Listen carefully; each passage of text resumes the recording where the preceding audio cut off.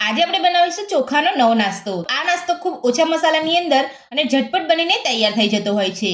તો ચાલો આપણે ચોખાનો નવો નાસ્તો બનાવવાનું શરૂ કરીએ। તો ચોખાનો નાસ્તો બનાવવા માટે મેં અહીંયા 1 વાટકી ચોખા લીધા છે। તો તમે અહીંયા કોઈ પણ ચોખા લઈ શકો છો। તો સૌથી પહેલા આપણે ચોખાને 2 પાણીથી ધોઈ લઈશું। તો ચોખાને આ રીતે મસળીને ધોઈ લેવાના છે। તો ચોખામાં રહેલો પાવડર વાળો ભાગ બધો સરસ રીતે નીકળી જાય। તો 2 વાર આપણે ચોખાને સરસ ચોખ્ખા પાણીથી ધોઈ લીધા છે। તો હવે આપણે તેની અંદર 1 ગ્લાસ જેટલું પાણી ઉમેરીશું। તો તમારે આ રીતના ચોખા ડૂબે એટલું પાણી ઉમેરવાનું છે। તો હવે આપણે ચોખાને 1 કલાક માટે પલળવા દઈશું। તો ચોખાને પલાળે 1 કલાક જેટલો સમય થઈ ગયો છે। તો હવે આપણે ચેક કરી લઈશું। તો તમે જોઈ શકો છો આપણા ચોખા એકદમ સરસ રીતે અહીંયા પલળી ગયા છે। તો હવે આપણે તેની અંદરથી પાણી કાઢી અને એક મિક્સર જારની અંદર લઈ અને પીસી લઈશું। તો પાણી કાઢીને આપણે અહીંયા ચોખા લઈ લીધા છે। તો હવે આપણે ઢાંકણ બંધ કરી અને ચોખાને પીસી લઈશું। તો ચોખાને આપણે પીસી લીધા છે। તો હવે આપણે ચેક કરી લઈશું। તો તમે જોઈ શકો છો એકદમ સરસ રીતે આપણા ચોખા અહીંયા પીસાઈ ગયા છે। તો હવે આપણે એક વાસણની અંદર કાઢી લઈશું।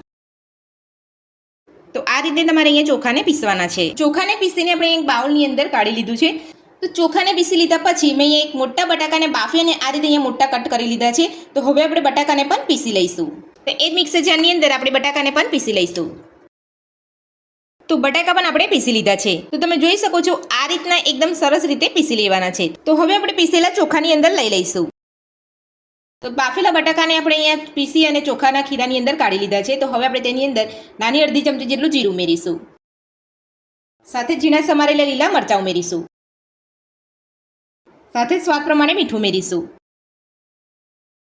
ઝીણા સમારેલા લીલા ધાણા ઉમેરીશું। હાથની મદદથી બધું સરસ મિક્સ કરી લઈશું। તો આ રીતે મિક્સ કરતા જઈને 2 થી 3 મિનિટ માટે હલાવતા રહેવાનું છે। એટલે એકદમ સરસ રીતે મિક્સ થઈ જાય અને આપણું ખીરું એકદમ સરસ બનીને તૈયાર થઈ જાય। તો અહીંયા આપણે કોઈ પણ જાતનો ઈનો કે સોડાનો ઉપયોગ કર્યા વગર જ આપણે અહીંયા બનાવી રહ્યા છે નાસ્તો। તો ધાણા મરચાં મીઠું અને જીરું ઉમેરીને બધું સરસ આપણે અહીંયા મિક્સ કરી લીધું છે અને આપણું એકદમ સરસ પરફેક્ટ ખીરું બનીને તૈયાર છે। તો આ રીતનું જે આપણે ભજીયા પાડીએ તે રીતનું ખીરું આપણું અહીંયા બનવું જોઈએ। જો તમને અહીંયા ખીરું થોડું કઠણ લાગતું હોય તો તમારે થોડું પાણી ઉમેરી અને પછી આ રીતનું તમારે ખીરું બનાવી લેવાનું છે। તો હવે આપણે ખીરાની અંદરથી નાસ્તો બનાવી લઈશું। તો નાસ્તો બનાવવા માટે મેં અહીંયા કડાઈની અંદર તેલ ગરમ કરવા મૂકી દીધું છે। તો તેલને આપણે થોડું ગરમ થવા દઈશું, ત્યારબાદ આપણે નાસ્તો બનાવી લઈશું। તો તેલ આપણું ગરમ થઈ ગયું છે। તો હવે આપણે નાસ્તો બનાવી લઈશું। તો જે રીતે આપણે અહીંયા ભજીયા બનાવતા હોય તે રીતે જ આપણે અહીંયા નાસ્તો બનાવી લેવાનો છે। તો ગેસને મીડિયમ ફ્લેમ પર જ આપણે નાસ્તો બનાવવાનો છે। આપણે અહીંયા ફૂલ ગેસ ઉપર નાસ્તો નથી બનાવવાનો।